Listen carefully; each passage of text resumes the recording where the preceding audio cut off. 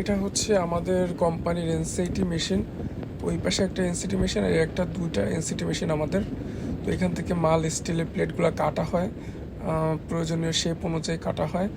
NCT মেশিনের পর কাটার পরে এই পাশে আমাদের আছে জলকুক মেশিনের সাইড।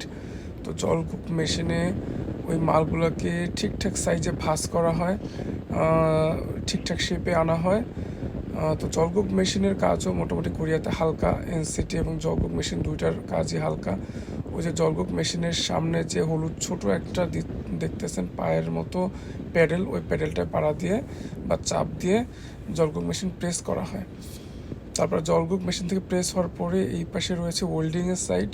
তো ওয়েল্ডিং করা হয় দুটো অংশকে সংযোজন করার জন্য, দুটো স্টিল প্লেট সংযোজন করার জন্য ওয়েল্ডিং করা হয়। ওয়েল্ডিং করা হলে দেন এই পাশেই আছে, এগুলো সব ওয়েল্ডিং করা হয়ে গেছে। এগুলোকে আবার ওয়েল্ডিং করার পরে সাসাং করতে হয়, কোরিয়ান ভাষা বলে সাসাং, অর্থাৎ আপনি এটাকে গ্রাইন্ডিংও বলতে পারেন। তবে আমাদের এই গ্রাইন্ডিংটা হালকা গ্রাইন্ডিং, এখানে গ্রাইন্ডিং করা হয়। তো এখান থেকে গ্রাইন্ডিং করার পরে আমাদের মালটা যে পার্ট বাই পার্ট সংযোজন করা হয়, কোরিয়াতে বলে জরিপ করা, অর্থাৎ একটা পার্টের সাথে একটা পার্ট সংযোজন করে এই যে একটা শেপে আনা হয়। এখানে 3-4টা পার্ট রয়েছে, 3-4টা পার্টকে লেবেথ বা নাট ইউজ করে সংযোজন করা হয়। তারপরে এই সাইডটা হচ্ছে আমাদের লাইন বলা হয়, লাইন বা প্রোডাকশন সাইড, কোরিয়ান ভাষা বলে সেংসান।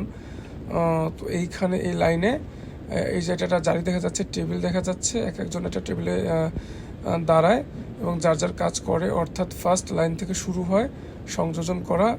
এখানেও জরিপের কাজই হয়, বাট খুব দ্রুত হয়। লাইনের কাজগুলো হচ্ছে কি একজন করে একজন ছাড়তে হয় এবং লাইন একটা স্পিডে চলে, সেই স্পিডে সবার করতে হয়। একজন যদি মিস করে তাহলে পরবর্তী জনের জন্য মাল ওখানে জমা হয়ে যায়, তাই কোনো মতেই মিস করা যাবে না। সো অনেক কষ্টের।